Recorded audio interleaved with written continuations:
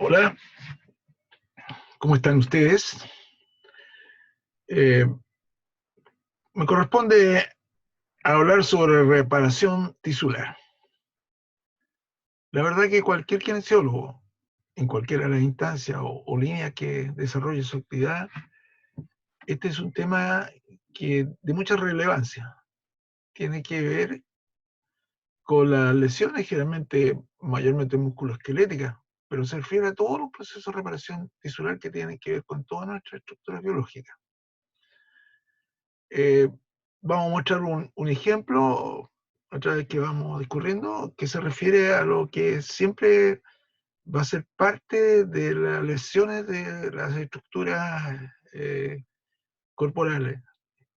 En este caso, se refiere al tejido conectivo. La mayor cantidad de tejido que nosotros tenemos en nuestro cuerpo es tejido conectivo. Que si quisiéramos distribuir eh, la estructura del cuerpo a través de todo el sistema está constituido por el colágeno. Entonces, la reparación del colágeno es el ejemplo más importante para abarcar toda la estructura. Todo nuestro cuerpo está constituido por este tejido conectivo, une todos los sistemas. Por lo demás, entonces, el colágeno es un tipo de estructura proteica fundamental para entender la reparación tisular. Y después de eso, van a ver ustedes en específico algunos otros tejidos, pero este es un modelo de construcción.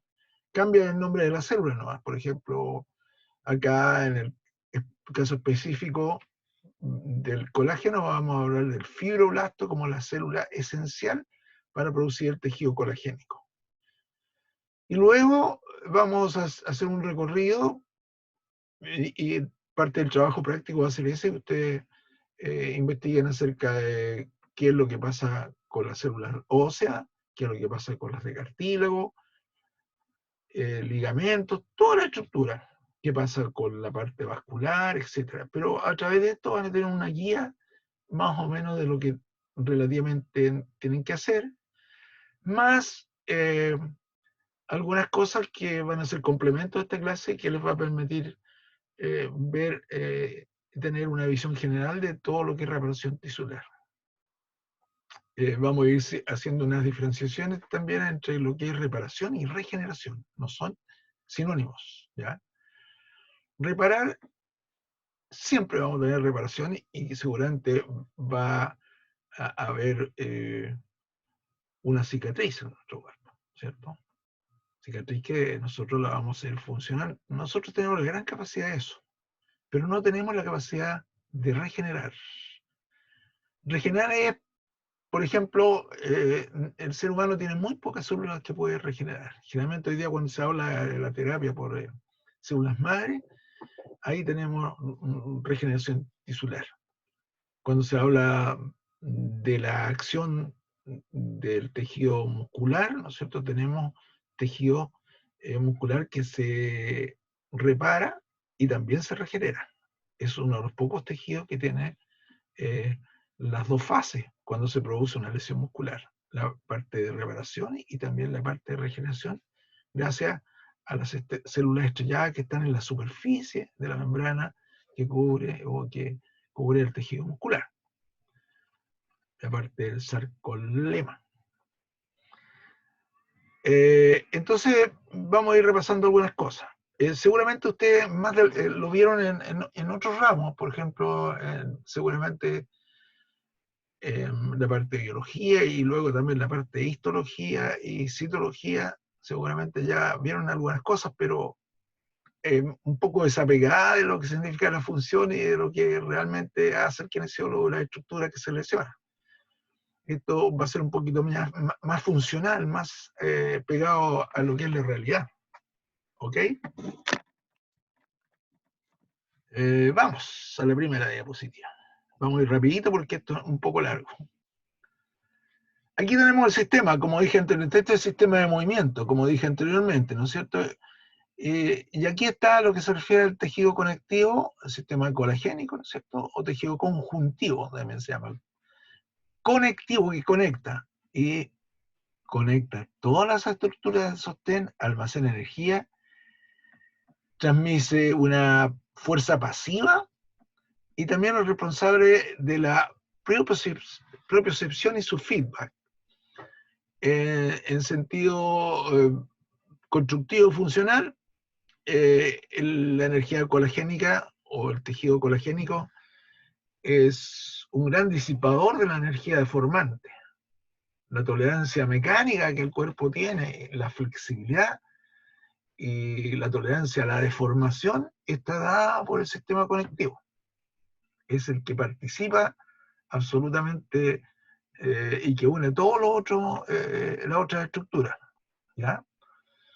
El sistema articular, el sistema miofacial, el sistema nervioso, todo eso está conectado en esta diapo que nos muestra el sistema de movimiento. Por eso que es importante tener en cuenta cómo cada una de estas cosas que se lesiona va a tener una reparación y en algunos casos el tejido una regeneración. Como información, la regeneración solamente existe como un sistema bien activo en algunas especies, como el caso de los reptiles, ¿no es cierto?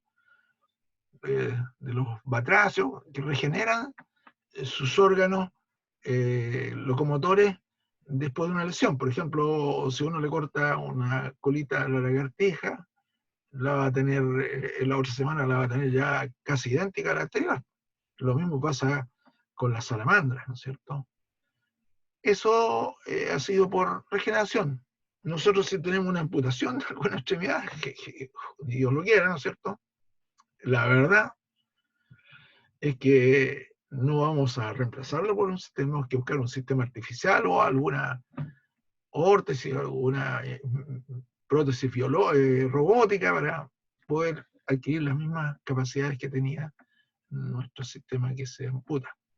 No así estos seres vivos que pertenecen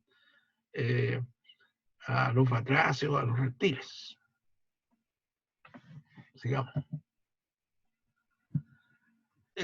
Los aspectos más importantes dentro de la fisiopatología de los tejidos, ¿no es cierto?, tienen que ver generalmente con la proyección hacia la función. Nosotros necesitamos llegar a la función de un paciente, a combatir lo que son las disfunciones a través de la indemnidad del tejido que puede estar lesionado. Y para eso lleva un proceso y nosotros podemos ayudar en ese proceso, acompañar al paciente en ese proceso. Por lo tanto, es importantísimo saber las fases que tiene la reparación tisular.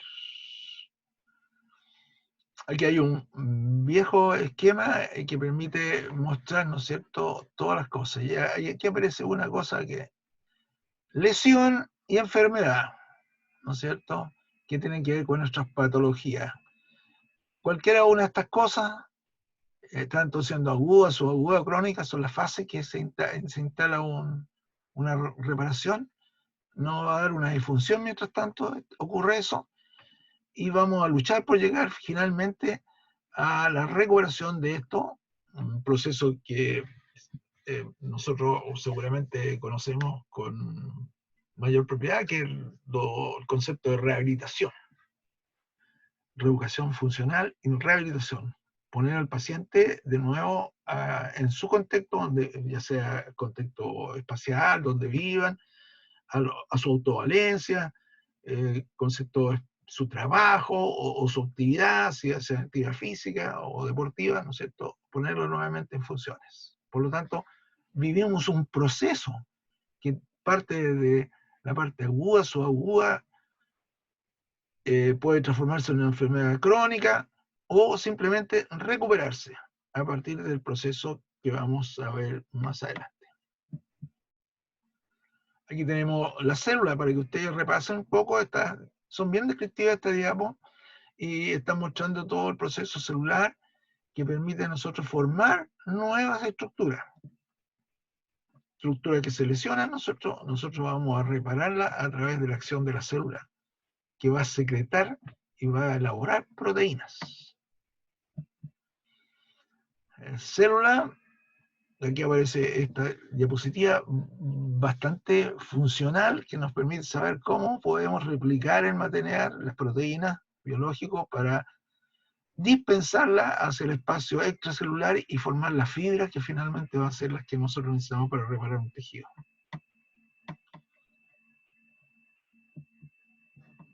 Vamos a ver. Ahí, ¿no es cierto?, muestra las acciones, cómo se va produciendo la muerte natural por autopsia o la necrosis en el caso específico de lo que corresponde a las lesiones que nos dejen sin circulación.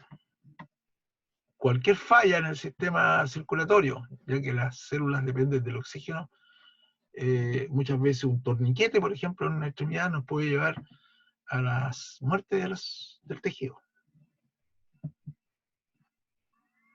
Aquí está la célula estrellada, que son las células que, por ejemplo, en el caso del músculo, nos fabrican el tejido sin pasar por todo esto otro que vamos a escribir. Las stem cells, o células estrelladas, nos permiten esta cosa de fabricar el tejido, regenerar el tejido.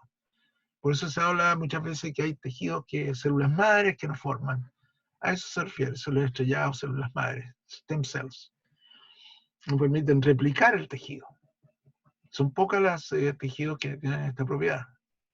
Por eso que hoy día se conservan, ¿no es cierto?, los cordones umbilicales, o se pueden conservar en frío, parte del tejido fetal, para dispensar ahí gran cantidad de células que son células madre. La fase reparativa, aquí está, ¿no es cierto?, una injuria en el trauma, una injuria primaria, donde hay hemorragia, luego un proceso inflamatorio, con dolor, todas las cosas, y luego la fase reparativa propiamente tal, donde el fibroblasto, en el caso específico del tejido conectivo, juega un papel preponderante. Vamos a ir hacia adelante. Ya saben que todos los problemas que son de tipo estructural determinan una discapacidad y finalmente la misión del kinesiólogo es justamente llevarlo hacia los factores que corresponden al paciente y su vida. Que el paciente sea autovalente, absolutamente o parcialmente, si depende de la gravedad de la lesión, o los remanentes biológicos que subsistan a la lesión. Los procesos vividos cuando uno toma la decisión clínica, ¿no es cierto? Que es examinar al paciente, evaluarlo, hacer el diagnóstico kinésico junto al diagnóstico entregado al médico, hacer el plan de acción y la intervención propiamente tal, que es lo que nos hacemos nosotros en el caso del kinesiólogo, junto con las reevaluaciones y el pronóstico del paciente, la prognosis, cuánto tiempo, qué va a pasar con el paciente, va a depender de los potenciales y de la evaluación que nosotros vamos haciendo permanentemente. La interpretación de los tests que nosotros hagamos al paciente, de las pruebas, termina con la examinación, evaluación y posteriormente con la reevaluación en los procesos. No basta con evaluar solamente, sino hay que reevaluar al paciente en algunos procesos. Este es el cuadro clínico que generalmente uno toma decisiones para realizar su intervención. Es un resumen de esto. Esto es lo que se ha estado haciendo en el proceso de formación de ustedes y de todos los profesionales.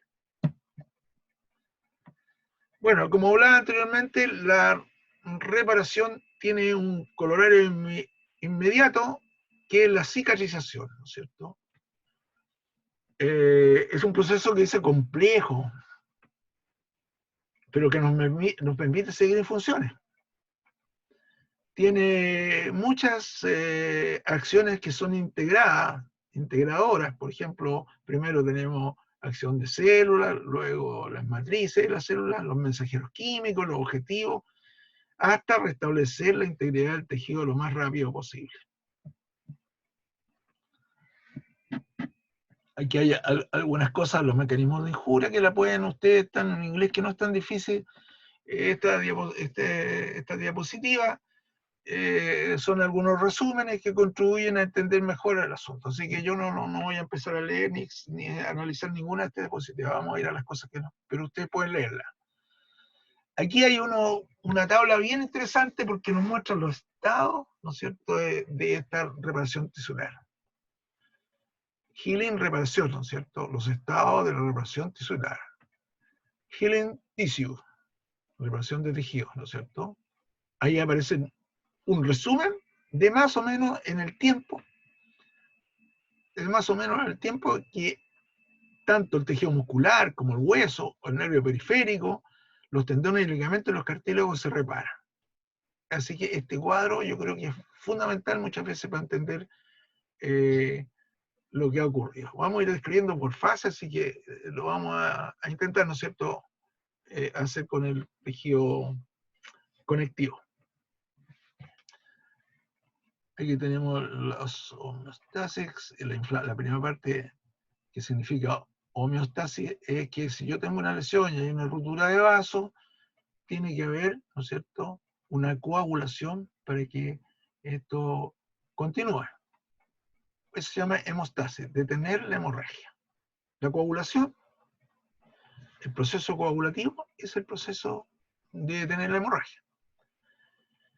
Y luego viene el proceso de inflamación, que es el proceso que lleva todo, llegan al lugar de la lesión, todas las células que tienen que venir, llegan al lugar de acción una serie de mensajeros químicos que van a permitir la acción de cada uno de ellos. Este proceso inflamatorio es la parte aguda que se llama una lesión aguda. Estamos al momento que uno se realiza, por ejemplo, tiene un esguince, la primera parte, el esguince si fue más o menos grave, tipo 2, por ejemplo, que se analiza que hay rotura vascular, hay hemorragia, el proceso es de primero una homeostasis. Detengo la hemorragia porque si no me voy a ir en sangre ahí, ¿no es cierto? Por lo tanto, se detiene la hemorragia, sigue un proceso inflamatorio agudo que me duele, que está hinchado, ¿no es cierto? Son 24 a 48 horas esta etapa que denominamos como etapa aguda, tanto para el músculo, para el hueso, para los mismos tendones y ligamentos, y el sistema nervioso y los cartílagos. Así que este es más o menos lo que describe los procesos. Borrar un poquito de aquí para que puedan leer. Eso lo van ustedes estudiando en la misma diapositiva.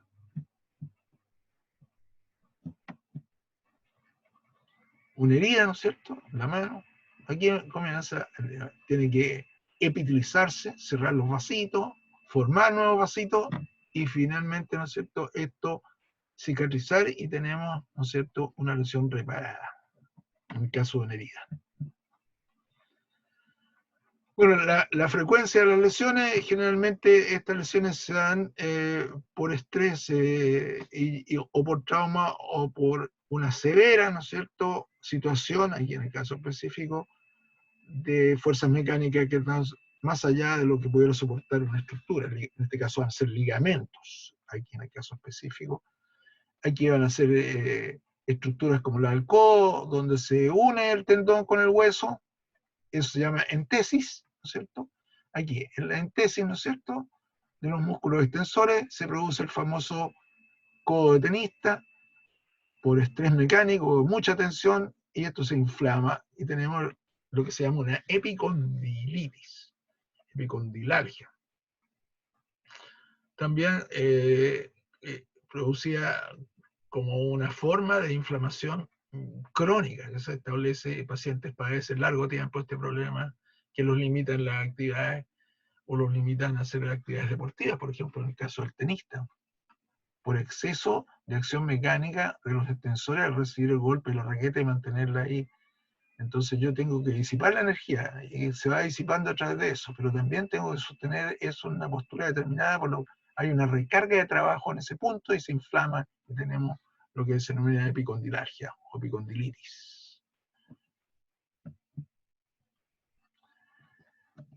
Bueno, la cicatrización en general puede describirse en términos de una quimioquinesis, o sea, hay migración de sustancias químicas, eso se refiere a lo que es el término quimioquinesis, hay migración, hay multiplicación diferenciaciones celulares, cómo se va a formar la nueva célula, cómo se va a formar el nuevo tejido. Son una serie de elementos bastante complejos, pero que vamos a tratar de resumirlo y entenderlo de alguna forma en las siguientes diapositivas. Aquí justamente se produce una migración de células de origen vascular y conectiva hacia el sitio de la lesión.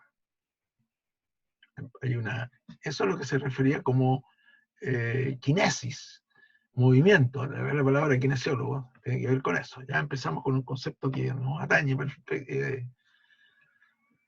perfectamente. Bueno, y finalmente, esto es lo que nos interesa como resumen de lo que van a aprender en esta clase, es el proceso de reparación tisular. Aquí están las fases que corresponden al proceso. Como dije anteriormente, vamos a correr un poquito esta cosa más acá, aquí la vamos a dejar. El proceso es gobernado por sustancias quimiotáxicas, es decir, sustancias químicas que atraen, ¿no es cierto?, otros elementos importantes, cosas que necesitamos, sustancias, para producir los elementos que son necesarios para la reparación. Son liberados en el lugar de la lesión tisular. En el momento que se produce la lesión, por ejemplo, el caso del esguince de tobillo, un ligamento ahí, se lesionó en el tobillo, me duele mucho, tengo entonces una lesión tisular. En ese momento se empiezan a producir sustancias que son atraídas a ese lugar. Por eso se habla quimiotaxis. La palabra taxis significa traslado, igual que taxi, que sabemos. Quimio, o sea, traslado químico. Estas sustancias se trasladan ahí y son llevadas, ¿no es cierto?, al sitio de la lesión. Y aquí es la parte fundamental que tenemos que entender en la reparación. Primero, inflamación. Se inflama. Ustedes tienen, todos seguramente han visto o han sido testigos o han sufrido una inflamación, un esguince, y tenemos inflamado, ¿no es cierto? Duele mucho, se aumento de volumen, todos los signos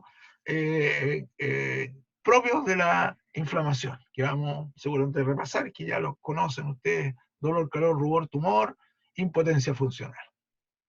Típico signo fundamental de la inflamación. Y luego, y que estamos en la etapa aguda, ¿no es cierto? Está en la etapa aguda, inflamación, etapa aguda, sinónimo de inflamación, dolor, máximo signo clínico de una etapa aguda, inflamación. Por lo tanto, vamos a estar con dolor.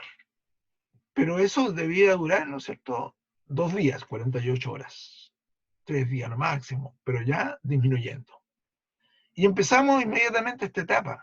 Esto empieza inmediatamente, se termina la inflamación, pero ya estamos caminando hacia la proliferación, es decir, estoy elaborando el tejido nuevo. Lo que se mencionó, nosotros lo estoy elaborando. En el caso específico del tejido colagénico, que forma gran parte de nuestro tejido, ligamento, por ejemplo, si tuvimos la lesión de los ligamentos del tobillo, entonces esto empieza inmediatamente a recobrarse y las células empiezan a fabricar material nuevo, proteínas, aminoácidos. Y una vez que termina esta etapa y que maduran, tenemos tejido conectivo nuevo, formado fuera del espacio extracelular del fibroblasto, por ejemplo, que es la célula que forma el tejido colagénico. Nosotros pasamos a una etapa que se llama remodelativa, es decir, camino hacia la funcionalidad. El tejido está reparado, pero necesita mayor resistencia. Necesita un tejido que se vaya adaptando a la función. Y eso es un proceso en el cual los kinesiólogos debemos tener bien claro lo que tenemos que hacer. Si uno gradualmente empieza a cargar la extremidad, el tejido se va adaptando, porque estos tejidos están justamente hechos naturalmente para estar en esta función y resistir y disipar la energía mecánica. Por eso que ante un movimiento muy pronunciado, incontrolable, se puede lesionar. Entonces, estas etapas son fundamentales. Aguda inflamación, luego una etapa de descanso, que el paciente puede estar vendado, estar adentro de un yeso, o rehabilitándose en forma gradual. Tenemos la etapa proliferativa, que la vamos a explicar, y luego, finalmente, ya una vez que se formó el tejido, hacerlo funcional. remodelación.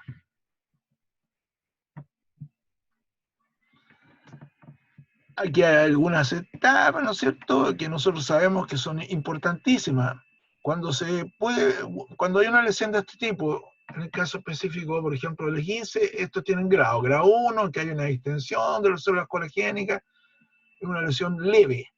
Pero después el grado 2, ya hay una lesión vascular. Y por lo tanto, esto es lo primero que va a pasar cuando yo tenga cualquier lesión, herida, etcétera, viene la etapa de coagulación. Se rompe el vaso, ¿no es cierto? Pero luego viene una vasoconstricción, seguida con la vasodilatación, pero se produce finalmente el fenómeno de la coagulación.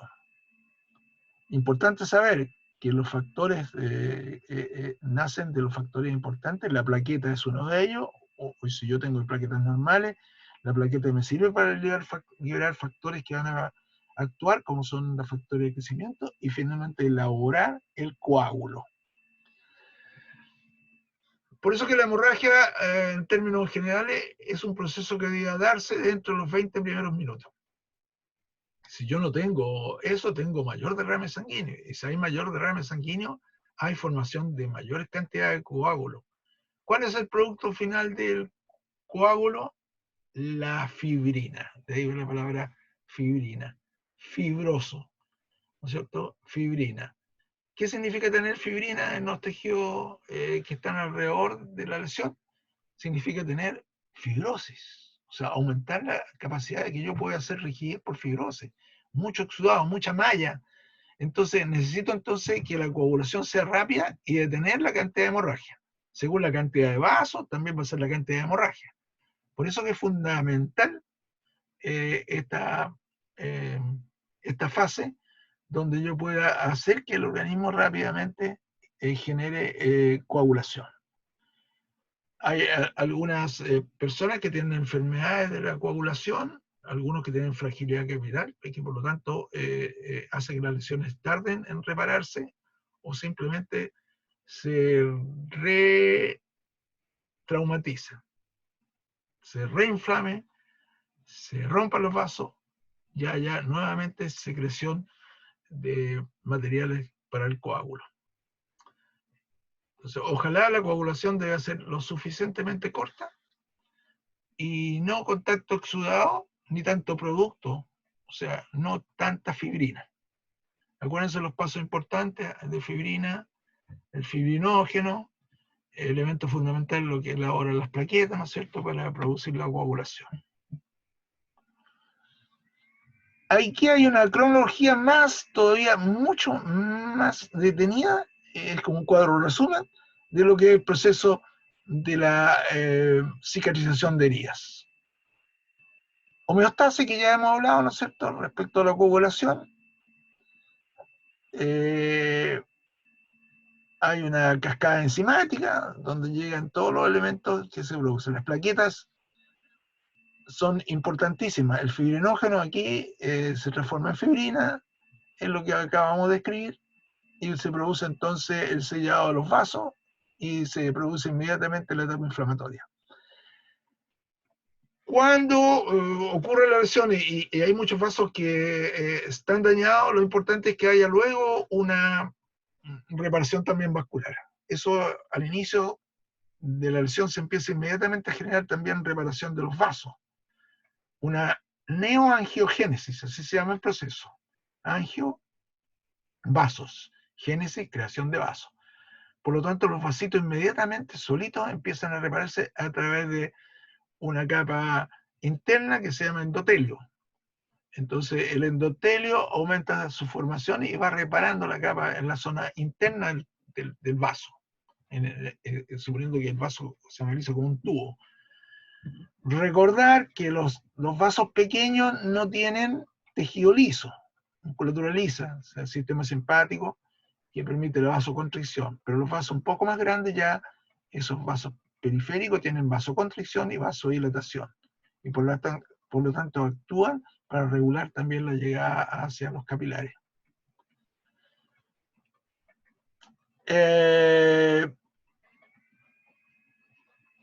Un día. A los 2 días, toda la etapa aguda, esta está la etapa aguda, porque a las 48 horas, aquí está, 48 horas, ya ocurrió eso. Luego, a las 48 horas, nosotros tenemos una, decíamos, migración celular antes, en una de las diapositivas que vimos antes. Llegan células atraídas, ¿no es cierto? Y existe una migración de los monocitos. Hay como resultado una fagocitosis de las bacterias. Y aquí están los signos clínicos de la inflamación: dolor, calor, rojo aquí, rubor. Calor, rubor. Está delicada la zona, ¿no es cierto? Dolor, calor, rubor, tumor. Impotencia funcional, los signos clásicos de la inflamación. Inmediatamente empiezan a aparecer estos 2 días los factores de crecimiento, importantísimo. Los factores de crecimiento juegan un papel importante para la cicatrización en la primera etapa, para dar partida a la proliferación. Estos factores de crecimiento se encuentran en muchas de nuestras partes del cuerpo. Por ejemplo, nosotros tenemos factores de crecimiento en nuestra saliva. De hecho, las heridas que se hacen en la boca no duran mucho tiempo, cicatrizan lo antes posible, salvo que tenga infección y otro tipo de cosas. Yo puedo permanecer más tiempo con heridas en mi encía o en la boca, pero generalmente cicatrizan rápido. El perro, por ejemplo, tiene gran cantidad de factores de crecimiento en su saliva. De hecho, la saliva del perro le permite al perro lamer sus heridas y que esto cicatrice lo más rápido posible. De hecho, un tiempo se hizo unos preparados para colocarlos sobre la quemadura humana en base a factores de crecimiento, en base a la saliva de perros.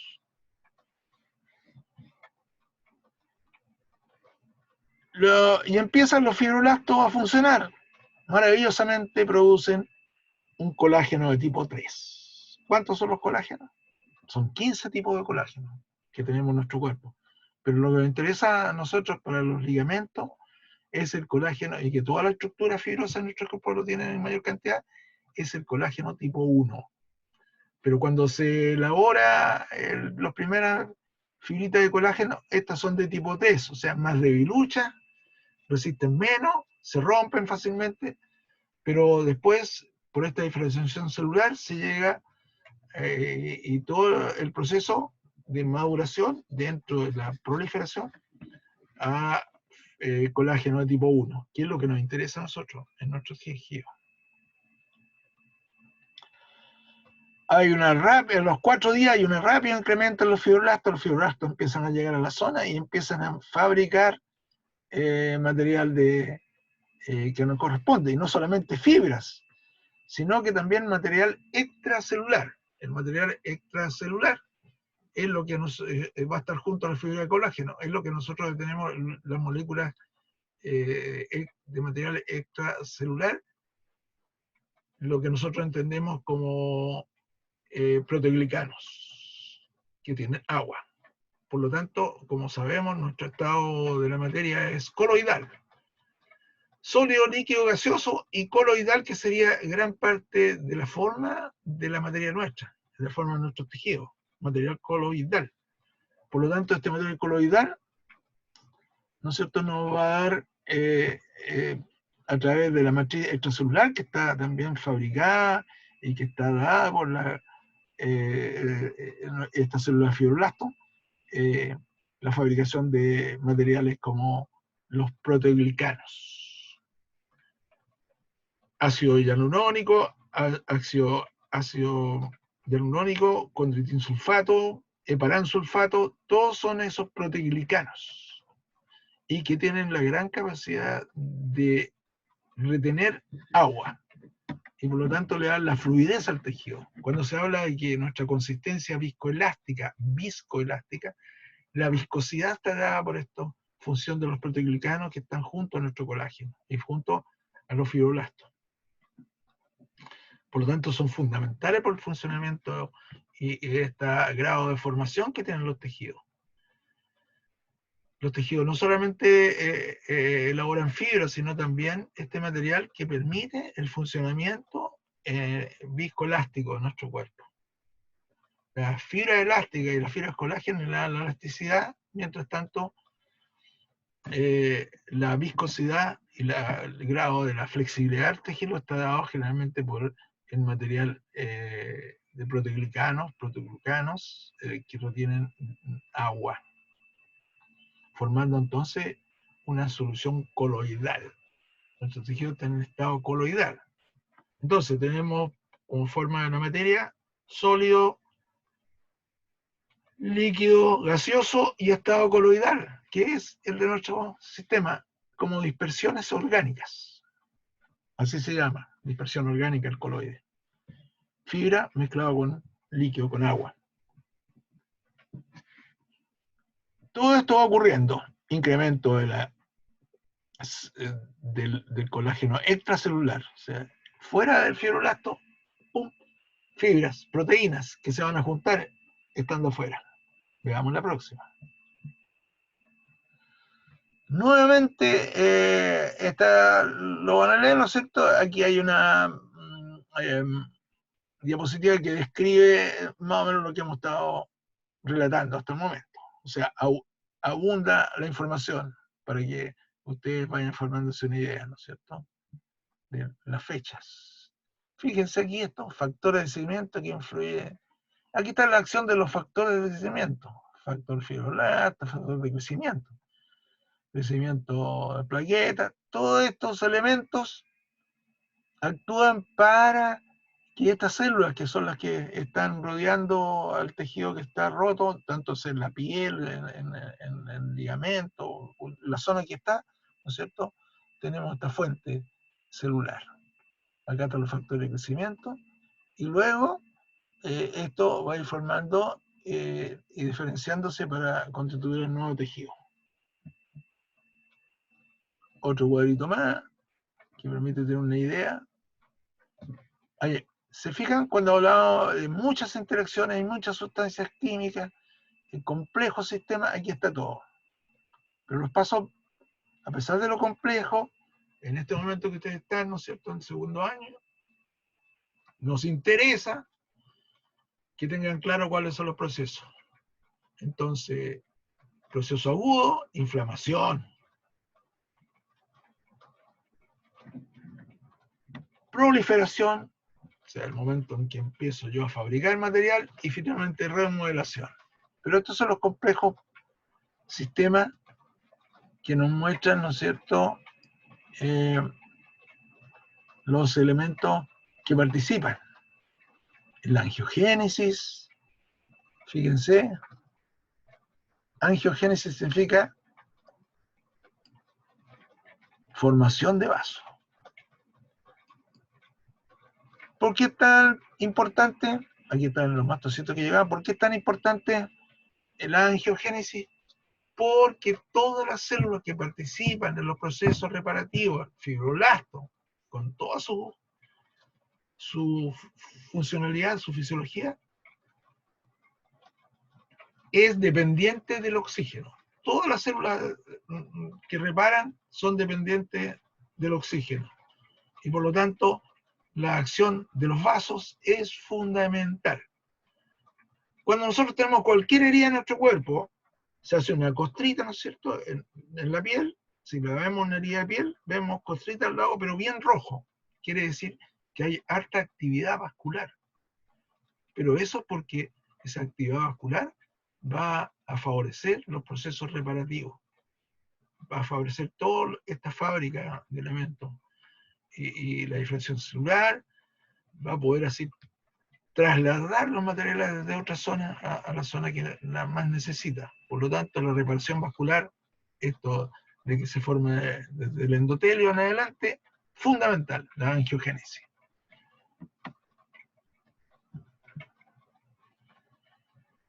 Aquí hay ya una descripción un poco más reducida, ¿no es cierto?, más explicativa, en castellano ahora, y ahí está. ¿Se fija? Hemorragia inflamatoria, 48 horas. Eso, un poquito, pues 36 a 48 horas lo vamos a dejar ahí. Es más o menos lo que se describe puede haber un retardo, puede haber, pero no hay discusión. Máximo 48 horas, etapa inflamatoria. Y finalmente la etapa de reparación. Se detiene la hemorragia, que no va a durar más de 20 o 30 minutos, y la fase inflamatoria. Ojalá al mínimo esto que se detenga la hemorragia lo más antes posible para que no haya tanta fibrosis, tanto material, ¿no es cierto?, que decíamos que puede producir una fibrosis. Veamos, sigamos adelante. Causas de la inflamación. Están todas las causas de inflamación ahí que ustedes deben conocer. Asociadas, ¿no es cierto?, a las lesiones, algunas. Agentes que pueden provocarla, todo, ¿no es cierto?, inflamación, cuerpos extraños, enfermedades autoinmunes. ¿A qué se refiere esto autoinmunes? Se refiere a que el mismo sistema empieza a elaborar, atacar nuestro propio sistema, nuestro propio cuerpo. Es como un autosuicidio. Se producen reactividades sanguíneas y el cuerpo empieza a producir en algunos tejidos agresión a nuestro propio cuerpo. Enfermedad importante, la artritis reumatoidea. Está basada en eso. Enfermedad de Guillain-Barré, o también llamada, ¿cómo se llama?, polirradiculoneuritis. Los nervios se inflaman, producto de que nuestro propio cuerpo produce algunos trastornos de inmunidad e inflama nuestros nervios. Esa es una polineuritis. Igual, artritis reumatoidea, no artritis infecciosa ni otro tipo, pero artritis reumatoidea se produce un sistema, una agresión del sistema inmunitario a nuestro propio cuerpo, y por lo tanto se producen inflamaciones en nuestras articulaciones. Eso se conoce como artritis reumatoidea, se inflaman, se ven los dedos deformados, etc. Los agentes microbianos, ya saben, todo lo que va produciendo las bacterias y los virus, agentes químicos, agentes térmicos, quemaduras o congelamientos, y los trastornos por la radiación. Todo eso pueden producir inflamación. La fase hemorragia, que es importante que se oponga rápidamente, se coagule. Y estas son las sustancias más fundamentales, las que van a producir dolor, ¿no es cierto? Son neurotransmisores que se elaboran, o sustancias que se elaboran en la misma lugar de la lesión, serotonina y prostaglandinas. Estos producen inflamación y producen dolor. Generalmente la gente opta por tomar antiinflamatorios, o sea, inhibición de esta sustancia, y analgésico. Es recomendable muchas veces cuando se puede controlar el dolor, pero lo ideal sería, lo más práctico, es que no tomáramos tantos químicos para el confort. ¿Y cómo aguantar el dolor? Por ejemplo, pueden haber otras cosas, como es el hielo, ¿no es cierto? Poner hielo para inhibir la acción y congelar el sistema, de modo que la transmisión nerviosa sea más lenta, o simplemente se suspenda a través del congelamiento gradual de nuestros tejidos. Y aquí estamos con todo lo que significa la coagulación, influencia de trombolastina, ¿no es cierto?, y la conversión a través de la enzima, la trombina, a trombo, ahí se ve su trombo, y finalmente la fibrina, que es la fibra, la costra. Todo eso que sabemos como costra a veces son fibrina muerta, por eso decimos que internamente pueden quedar esas fibrinas en gran cantidad y producen rigidez articular, que después hay que eliminarla, el kinesiólogo tiene que hacer un doble trabajo ahí. Bueno, estas son las cosas importantes que debo tener yo cuando veo cualquier lesión traumática. Protección, reposo, Price, así se llama maniobra Price, así se llama esta maniobra que se realiza cuando hay un trauma, ¿no es cierto?, de primera emergencia. Realizar una maniobra Price significa protección de la zona, reposo, o sea, desactivar el sistema, vendarlo, inmovilizarlo, una férula, un yeso, un vendaje suelto, no apretar nunca en una lesión aguda, no apretar nunca, no colocar calor tampoco, hielo, ice, ¿sí? La palabra hielo, ice, hielo, ice, price, hielo. ¿Por qué? Porque el hielo produce, primero, suspende la transmisión, hay una vasoconstricción, por lo tanto, mi hemorragia tiende a detenerse y también tiende a desaparecer el dolor. Comprensión, es decir, si hay un vaso sangrando más o menos importante, yo puedo comprimirlo, eso para que no siga emitiendo, como puede ser un torniquete, en una hemorragia un poco más grande. Pero el torniquete no debe tener más de 20 minutos. La compresión, entonces, ojo con esto, ojo con lo que digo ahí respecto a las compresiones y los torniquetes. Si ustedes por cualquier circunstancia se encuentra frente a alguien que ha tenido una tremenda hemorragia, una fractura con que rompió el vaso, está el paciente sangrando profusamente, pueden hacer un torniquete sobre la lesión, pero ojo, a los 20 minutos tienen que soltarlo. ¿Qué pasa si alguien deja un torniquete más de los 20 minutos? Tenemos que el paciente puede perder esta extremidad porque se produce una gangrena, ¿no es cierto?, por pérdida de circulación. Entonces, apretamos, pero luego a los 20 minutos exactos lo soltamos. Y después, si sigue sangrando, hasta que llegue el médico o la ambulancia, etc. Pero no más de 20 minutos el torniquete ni la compresión. Si es una compresión leve, una herida pequeña, no hay problema, porque comprimiéndolo solamente con un género o cualquier cosa, sin apretar, ya tenemos, ¿no es cierto?, tratando de detener la hemorragia. La elevación, importante. ¿Por qué? Porque levantamos eso para que lógicamente se detenga la hemorragia. Por ejemplo, si me corto un dedo, yo levanto la mano, ¿cierto?, hacia arriba, para impedir que siga cayendo sangre, hasta que se coagule. Elevación. Entonces es la maniobra Price, de emergencia.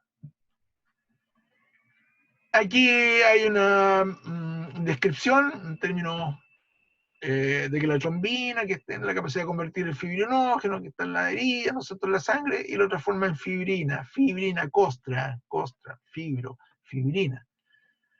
Este fenómeno es el proceso de coagulación. Vamos de la sangre al coágulo.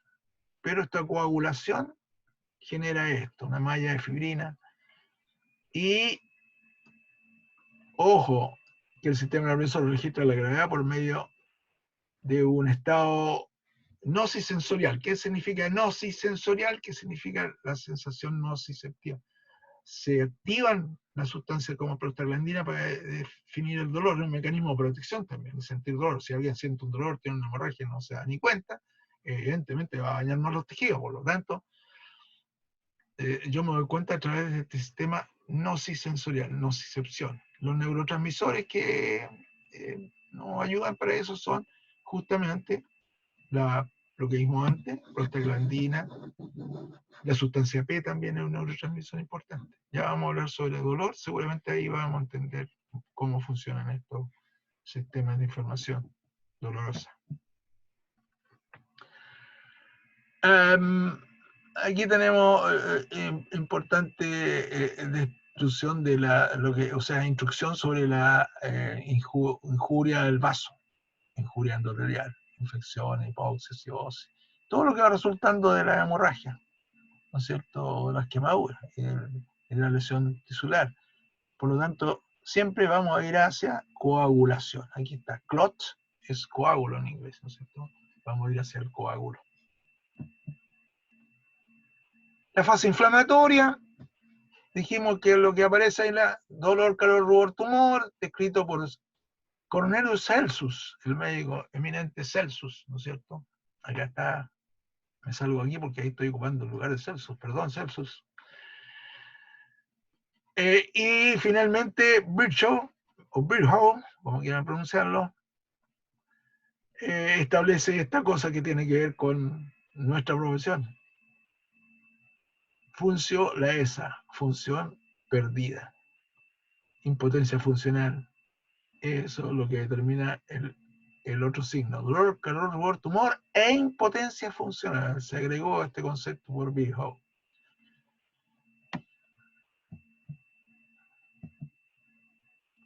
Fase inflamatoria, esto es lo que se puede resumir: vasorregulación y coagulación sanguínea y migración celular, lo que habíamos descrito antes, que empiezan a migrar las células, en este caso los fibroblastos, hacia la zona, y los factores químicos, que son los que llegan cuando entra al lugar del problema.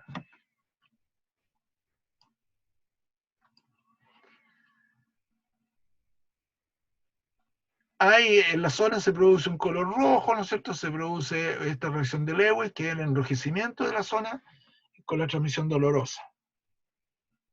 Eso es lo que se conoce entonces como inflamación neurógena. Siempre que nosotros intentamos a lo mejor agredir al cuerpo, el sistema nervioso está listo para informar y reacciona con enrojecimiento, e incluso nosotros vemos ante una acción, por ejemplo, un apretón o alguien que nos golpee, que alrededor rápidamente como que se levanta la zona donde nos pegaron el apretón o el golpe o el puñete, y nos da esta inflamación que se llama neurogénica, porque tiene origen en el sistema nervioso que informa que ahí hubo un problema, lleva harta información y se produce ahí mismo una liberación de sustancias inflamatorias, serotonina, sustancia B, prostaglandina, que hace que aparezca esto como sol levantado. Siempre lo vamos a ver en cualquier acción que nosotros tengamos sobre nuestro cuerpo, un apretón, una mano encima, todo eso va a ser esta cosa. ¿Cómo responde? Con esta, ¿no es cierto? Ahí aparece sustancia P, neuropéptidos, son como sustancias neurotransmisoras que van a informar sobre la acción inflamatoria, sobre el trauma. No nos va a decir cuánto el trauma, si es mucho o menos. Entonces, ya hemos visto que los mastocitos, otro sistema inmunológico, informa esto como interacción y se libera histamina. ¿Qué es lo que es la histamina? Es vasodilatador. Y serotonina, entre las sustancias, esta serotonina y histamina son sustancias que producen y aumentan la sensación de dolor y la sensación inflamatoria. Cuando uno tiene cualquier cosa, una alergia o cualquier cosa que hace en el cuerpo o por un estado de ataque hacia la inmunidad, tenemos reacciones histamínicas y se está bastante colorado, se pone rojo, y el médico nos da antihistamínicos para hacernos reaccionar, inhibiendo un poco la acción de estas sustancias. Entonces vamos a tener dolor, aumento de la velocidad de transmisión a las fibras que transmiten el dolor. ¿Cuáles son las fibras que transmiten el dolor? A delta y C. A delta y C. Entonces nos va a llevar eso a tener una situación de enrojecimiento que luego incluso se transforma en algo que, al apretar, como decía, que está inflamado, que me duele, pero que si yo sigo funcionando un poquito más de dolor, se va a inhibir. Y por lo tanto tengo una relación diferente a la que tenía, reflejo del axón. ¿Por qué habla de vasodilatación antidrómica? Porque se pasa el dolor. O sea, muchas veces nosotros vamos a usar eso como terapia. Presionar una zona que está dolorosa, por ejemplo, un punto gatillo o una contractura, y si la presionamos un buen rato, se va a enrojecer, eso va a aparecer, pero de repente se nos va a pasar. ¿Por qué? Porque el exceso de información va a ir de la médula hacia el cerebro. Cuando yo aumento la cantidad de información dolorosa, como puede ser la presión de mi mano, etc., voy a generar que la circulación hacia la información de dolor, hacia el cerebro, por estas vías, ¿no es cierto?, a delta y C, termine por hacer que el circuito que va ahí se inhiba por exceso de información y retroceda hacia atrás. Por eso se llama antidrómico. Anti-aguja de reloj. Va de adentro hacia afuera y después se devuelve. Eso significa antidrómico. Y tengo esto que me queda inflamado, pero se me ha pasado el dolor. Y luego, a medida que se pasa el dolor, desaparece el reflejo del axón y desaparece el dolor, el enrojecimiento, y tengo menos dolor. lo van a ver ustedes cuando hagan presión sobre un punto cualquiera que tengan doloroso de alguna contractura muscular. Si se quedan un buen rato, lo pueden hacer con la mano o una pelota de tenis sobre la pared y se desaparece el dolor. Y han hecho esto. Analgesia a través de la circulación antidrómica. Se devuelve mucho exagerado, termina con eso.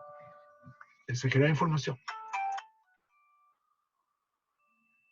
Bueno, a continuación van a ver las implicancias a través de esto, de lo que hemos estado hablando, las implicancias que tienen sobre el sistema límbico y la reacción inflamatoria. El sistema límbico es el sistema que tiene que ver con nuestras emociones y el funcionamiento del sistema neurovegetativo.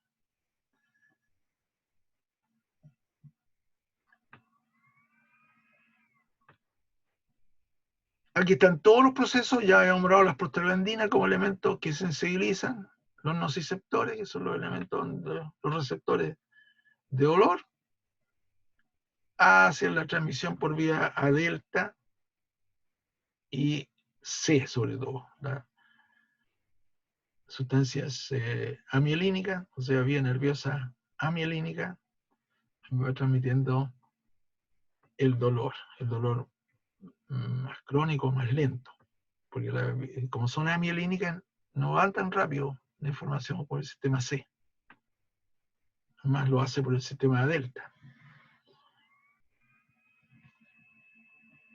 La fibra delta, que tienen cierta mielina. Las amielínicas no transmiten rápido la información. Generalmente las fibras que tienen más mielina son las que transmiten con mayor velocidad. A alfa, por ejemplo, ¿cierto? A beta. Ya en la fase inflamatoria empiezan a elaborarse algunas cosas, se liberan factores de crecimiento derivados de las plaquetas. Eso estimula la división y la quimiotaxis de granulocitos neutrófilos. Las plaquetas son importantes, por lo tanto, los monocitos salen de los vasos y se desplazan hacia el coágulo y se convierten en macrófagos, que a su vez reproducen el factor de crecimiento. El factor de crecimiento de las plaquetas es importante porque muchas veces, no sé si han escuchado que a algunos deportistas que tienen lesiones se le colocan algunas inyecciones con plaquetas para justamente desarrollar la estimulación de los monocitos y estimular también los macrófagos, que producen ellos mismos el factor derivado de los macrófagos. Estos macrófagos que están ahí en la zona producen el factor de crecimiento derivado de los macrófagos, MDGF, que estimula la división de los fibroblastos. Prácticamente aquí comienza, cuando se estimula entonces los fibroblastos por el factor de crecimiento derivado de los macrófagos, empieza la fase de proliferación, o sea, ese es el momento que se empieza a producir el material de reparación. En los vasos ya lo vimos, ¿no es cierto? En cierto resumen les comenté eso, y empiezan los fibroblastos a producir su material.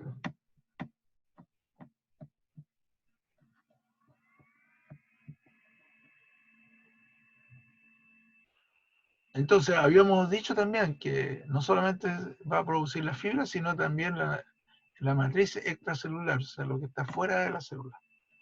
Lo que hablábamos sobre los proteoglicanos. Esta cosa que lo da la viscosidad del tejido. Aquí hay unas citoquinas, son importantes que participan en todas estas sustancias químicas. Yo creo que es difícil que uno se las aprenda. Las va a escuchar siempre, más respecto a trabajo de laboratorio, etc. Pero interesante darle un nombre genérico que sería factor de crecimiento o citoquina, pero no cada una de ellas. Pero sí la del factor de crecimiento derivado de los macrófagos, porque esos son los que comienzan la etapa proliferativa. Aquí están, células del componente del tejido conectivo, las células fijas son los fibroblastos, fibrocitos, ¿no es cierto? Los condrocitos, osteoblastos y osteocitos según sea el tejido. Pero como estábamos explicando en base a lo que era el fibroblasto para el tejido colagénico, para el ligamento, para el tejido más blando, fascia, etc., aponeurosis, vamos a hablar de los fibroblastos como parte importante.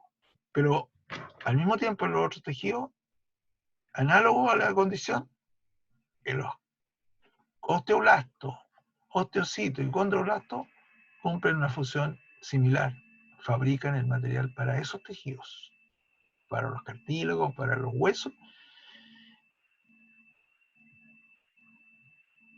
y para las otras células, para los otros tejidos. Esto es importante decirlo, ¿no es cierto? Se comportan en la misma forma y funcionan el mismo sistema elaborando proteínas para prepararlas. Células móviles, aquí están, histocitos, mastocitos, leucocitos, linfocitos. Linfocitos pasan a través de las paredes de los vasos, diapédesis, se meten en el lugar donde lo necesitan. Entonces necesitan pasar por las paredes, entonces lo hacen a través de este sistema de diapédesis, leucocitos principalmente. Y la matriz que está hecha por agua, como dije, a través de los mucos, los proteoglicanos, mucopolisacáridos, GAGs, que son las que llevan y retienen agua. Son como las esponjitas para darle la viscoelasticidad a nuestros tejidos, para que sean flexibles, los que necesitan ser flexibles. Y aquí está la molécula de colágeno, ya fabricada, ¿no es cierto?, por el fibroblasto, en la etapa ya proliferativa y finalmente la etapa remodelativa en que se empiezan a ordenar estas fibras fuera de la célula. Vamos a buscar el célula.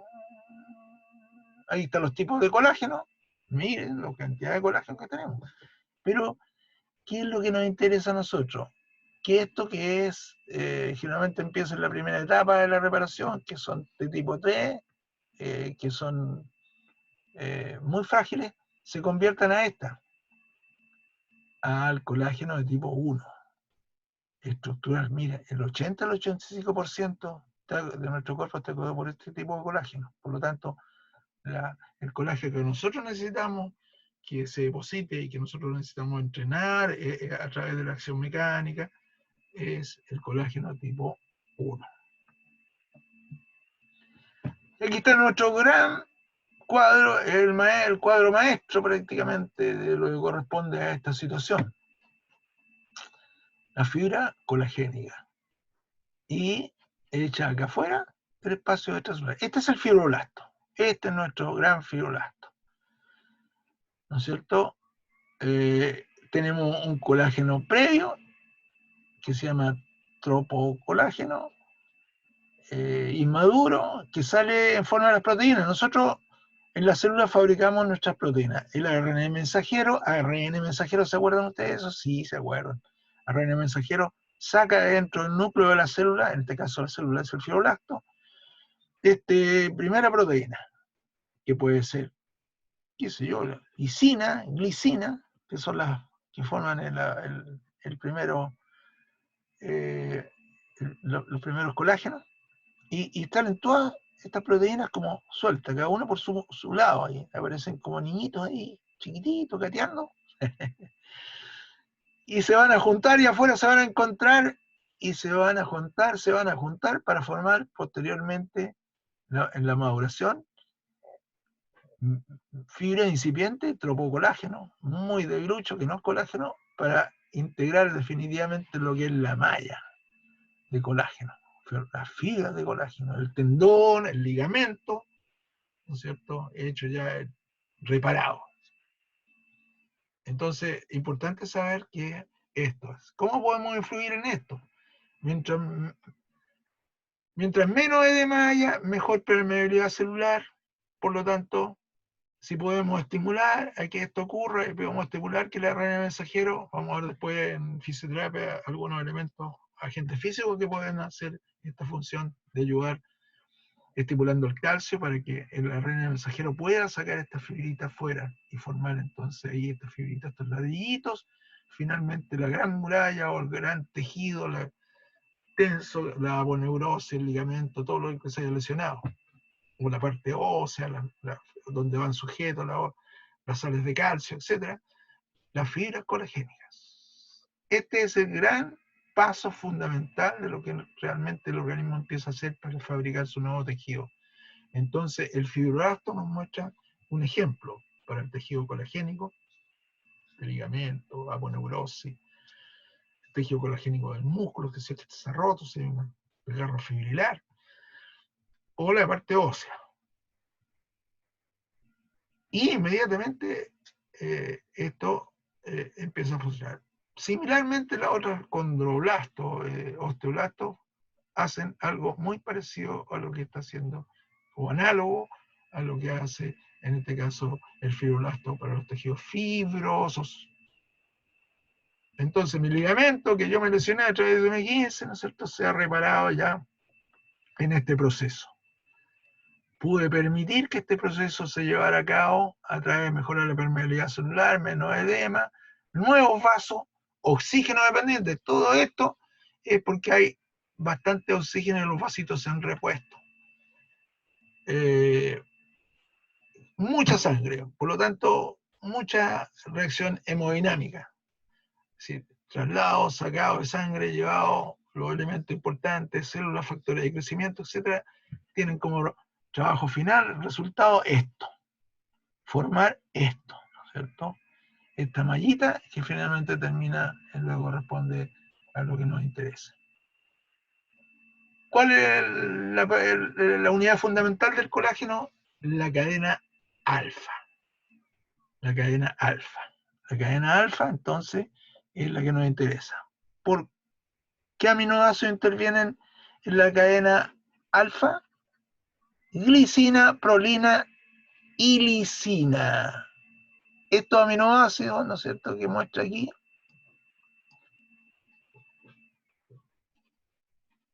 son los que yo necesito formar para constituir la famosa cadena alfa. Esta cadena y estas proteínas, porque la glicina son aminoácidos. Estas proteínas se juntan afuera para formar la triple cadena, la triple hélice que vimos en la diapositiva pasada. Esta, ¿no es cierto? Aquí está. Aquí está el colágeno, la fibra de colágeno, en la triple hélice de la cadena alfa. Aquí tenemos una fibra colagénica. ¿Se fijan? Ah, no. Aquí están ya los elementos químicos que son producto de esta formación en el fibroblasto. Para que esto sea proteicamente llevado aquí a esta función, ¿no es cierto?, de formar esta fibra colagénica, yo necesito este proceso. Estimular al núcleo, y el papel del radio mensajero es poder sacar esto, llevarlo hacia el espacio extracelular. Esto es el espacio fuera de la célula. Aquí van a estar los proteoglicanos. Este es un ambiente como decíamos antes, coloidal, un ambiente donde hay una especie de gelatina que permite que estas fibras funciones se desplacen, le da las características a nuestro tejido. El ligamento tiene un módulo de plasticidad en que se puede estirar, mover y tolerar hasta cierto grado la deformación mecánica. Aquí lo que estamos haciendo es que ya se nos pasó la mano con la deformación mecánica y se produce una rotura y estamos reparando esa para volver a... Y en el proceso remodulativo, papel fundamental la juega también el kinesiólogo. Aquí está otro, la abundancia de material aquí, porque ahí se están formando las células, ¿no es cierto? El colágeno. Aquí está la clasificación del tejido conectivo, regular denso, ligamento y tendones, regular denso, aponeurosis, cápsula, dermis de la piel, áreas de alto estrés mecánico, irregular laxo, fascias, vainas, cubiertas, todo esto, fíjese, todo esto, cubierta de músculos, tendones, de nervios, cubierta de soporte de órganos internos, está dado por el tejido conectivo. Así que en entender cómo funciona el fibroblasto es realmente fundamental. Ya lo han visto en las diapositivas. Por lo tanto, lean un poco más. Yo creo que voy a incorporar algunas diapos de apoyo que son descripciones de los tejidos.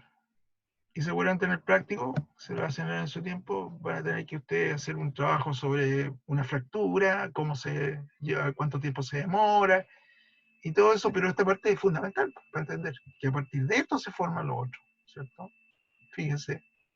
Por lo tanto, nosotros en muchas cosas tenemos que entender cómo funciona, en muchas cosas que nosotros hacemos diariamente, nosotros estamos en esta, de hacer que estos tejidos se hagan funcionales, colocar la carga progresiva, que es la remodelación. Hay una clasificación del tejido conectivo también, fíjense, abunda mucha información aquí, ¿eh? Fíjense lo que significa la fibra de colágeno, los proteoglicanos, componente inorgánico, elastina también, es una proteína la elastina. Si un tejido, por ejemplo, no solamente tiene colágeno, como el caso del ligamento, pero tiene también elaboración de fibra elástica, y es el fibrolacto el encargado de fabricar, al igual que la del colágeno, estas fibras elásticas que son con una proteína que se llama elastina, que nos dan mayor cantidad de extensibilidad en el caso específico de los ligamentos.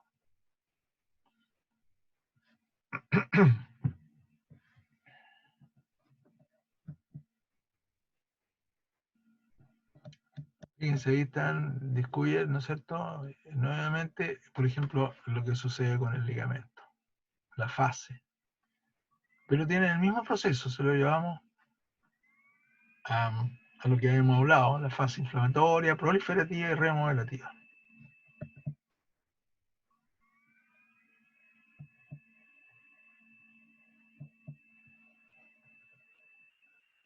Ahí están los componentes, fíjense, está bien descrito esto. Por eso estas diapositivas son sumamente ricas en información, para que ustedes vayan a través de la observación, lo que hemos comentado, vayan ustedes teniendo la capacidad de meditar y lo que leen, y mucha información.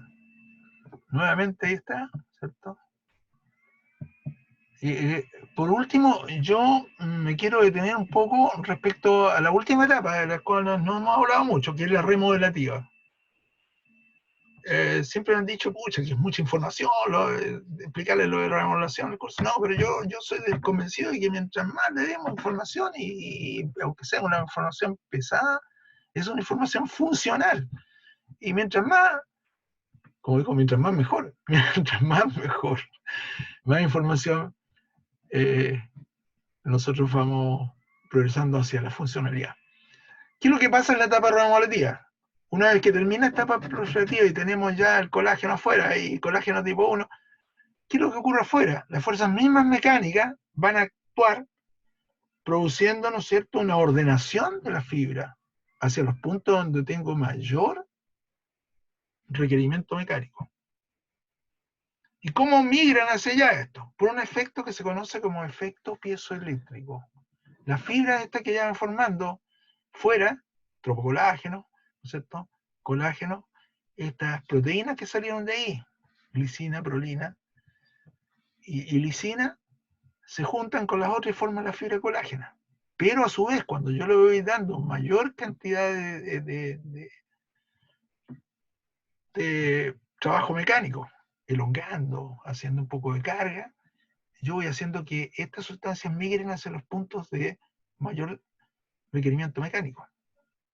Entonces, se desplazan las fibras a través de un fenómeno que se llama piezoeléctrico, estimulación de un material que está, en este caso específico, como son las fibras, estas que decía, estas proteínas que formé fuera de la célula, el espacio extracelular, y se van formando y orientando hacia los puntos donde tengo mayor, a través de que las cargas eléctricas generadas por la acción mecánica orientan a esta célula cargada eléctricamente hacia los puntos de mayor incidencia mecánica.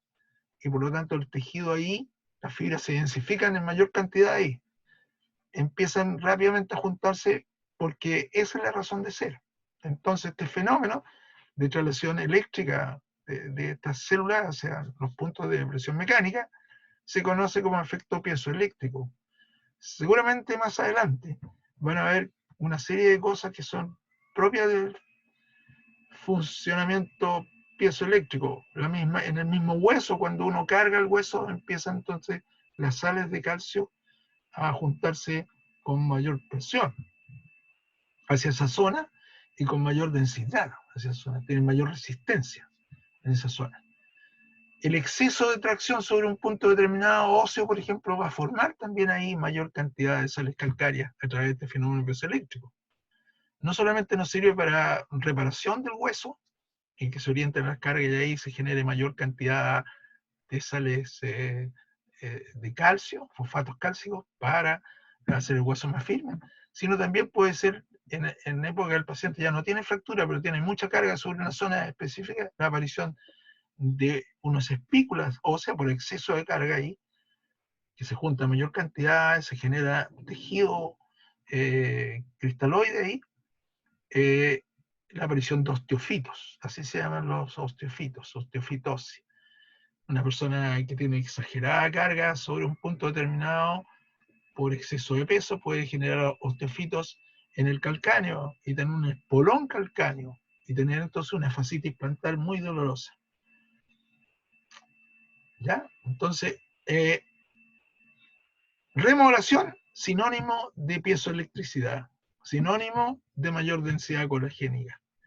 Si en la medida yo estoy haciendo eso a través de una cosa consciente de que estoy en eso, seguramente voy a tener bastante más éxito y voy a tener mi paciente funcionalmente mejor recuperado.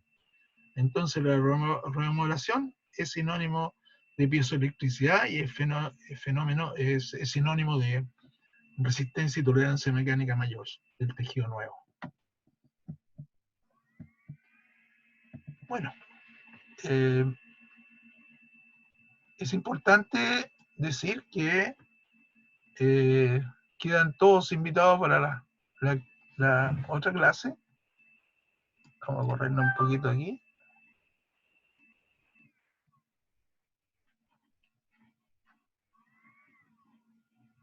Y chao.